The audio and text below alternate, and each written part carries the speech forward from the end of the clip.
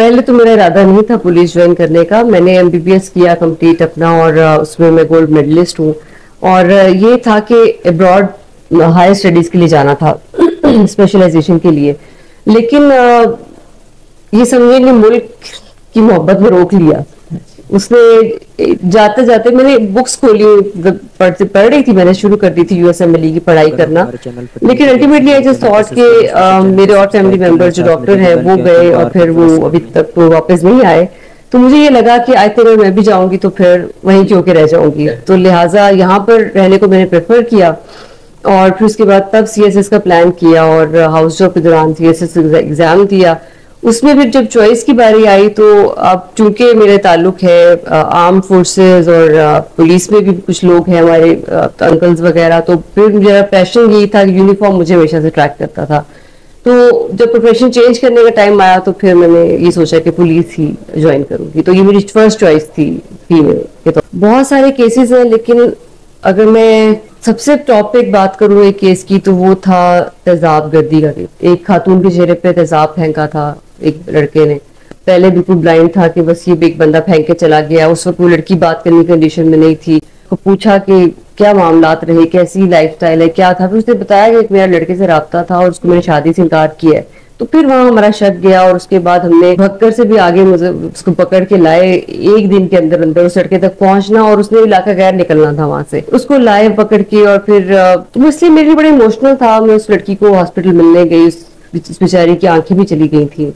और वो बहुत, उसने मेरा हाथ पकड़ के जब मुझे ये कहा कि क्या आप उसको मुलजिम को पकड़ लेंगी, क्या मुझे इंसाफ मिलेगा, दैट वाज वेरी, मुझे लगा कि वाकई मेरी नींदें उड़ गई। मुझे उसका चेहरा अभी तक नहीं भूलता, मुझे अभी भी याद। के बाद जब मैंने सिर्फ कमिट किया कि मेरी इंसानी तौर पर जो मेरी पावर में है वो मैं करूंगी। उसको पकड़ के लाना, उसकी इन्वेस्टिगेशन करना, उसको 1 महीने के ट्रायल में सजा दिलवाना, सबसे स्पीडी ट्रायल था एटीसी की हिस्ट्री में। और उसको डबल उम्र कैद हुई, उसको दियत 30 लाख हुई।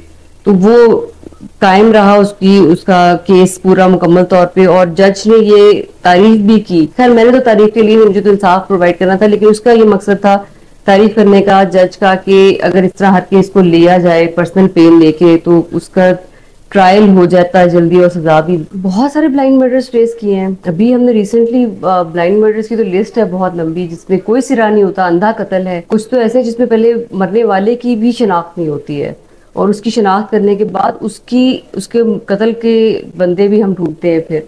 तो बहुत सारे केसेस हैं। मैं मेरे ख्याल से अगर मैं एक बात करूं जिसमें मुझे बड़ा दुख हुआ, वो 4 बच्चे के अगवा का पहले केस हुआ जी, वो काने वाला। और उसमें ये हम अगवा की तरफ लगे रहे और अल्टीमेटली जब पहले इंसान का जहन कहाँ जाता है कि बाप बच्चों का हो सकता है, इम्पॉसिबल बात थी। और फिर जब आप चीजों को सुनते हैं, समझते हैं, टेक्निकल एनालिसिस कर रहे हैं, अपनी सारी पीएफएससी टीम, जियो फेंसिंग और सारे टेक्निकल एनालिसिस करने के बाद आप कुछ चीजें क्लिक कर रहे हैं और वो कहते हैं नहीं कुछ चीजें एडअप नहीं हो रही। तफ्तीशी का यही काम है, जब वो देखता है कि चीजें एडअप नहीं हो रही तो फिर आप उसके नतीजे पे पहुंचते हैं। आपका शक गुजरता है, उसको जो हम इंटेरोगेट करते हैं। और ये भी सोचे उसी बाप से जो मुदई है उसको करने का कितना मुश्किल होगा पुलिस के लिए। बड़ा मुश्किल था, खौफो हरास। और उसके बाद फिर हमने उसको जब किया इंटेरोगेट और उसको ट्रेस किया और 4 बच्चों की हमने लाशें उस नहर में से निकाली, गलियानी नहर में से। तो ब्लाइंड मर्डर्स थे ये भी, 4 ब्लाइंड मर्डर्स जो कि वैसे अगवा के तौर पर रिपोर्ट हुए और बाप बच्चों का कातिल निकला। जो लोग थे वो पुलिस पर एतमाद कर रहे थे। बिल्कुल ऐसा ही है।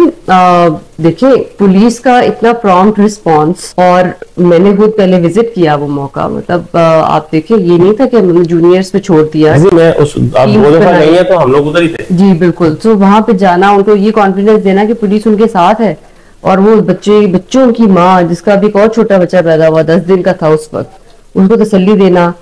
तो ये पुलिस के ऊपर अवाम का ट्रस्ट है, लेकिन हमारे ऊपर जिम्मेदारी बहुत बड़ी आ जाती है कि ये इंटरनल आपके अंदर से आते हैं। आप इसके बारे में कुछ कह नहीं सकते।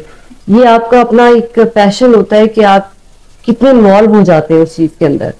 तो मुझे ये लग रहा था कि जब एक इंसानियत की ये जब चीजें हम देखते हैं, एक एस्पेक्ट इस तरह के, तो वो खुद ब खुद अंदर से एक चीज आ जाती है इंसान के अंदर। और दूसरे का दुख देख के बर्दाश्त ना होना, ये है मेरे अंदर। I get emotional and I get involve in my cases और बहुत पैशनेट हो जाती हूँ। और मैं उस केसेस में इन्वॉल्व और उसमें से जैसे एक कनेक्शन बन जाता है। उसको ट्रेस करके और मुजरिम को सजा एटलीस्ट दिलवा दे, बिकॉज क्राइम तो जो होना था उसको तो हम नहीं रोक सके, या वो एक ऐसी सिचुएशन में हुआ होता है, बाप 4 बच्चों को मार दे, किसने सोचा है? कौन सोच सकता है?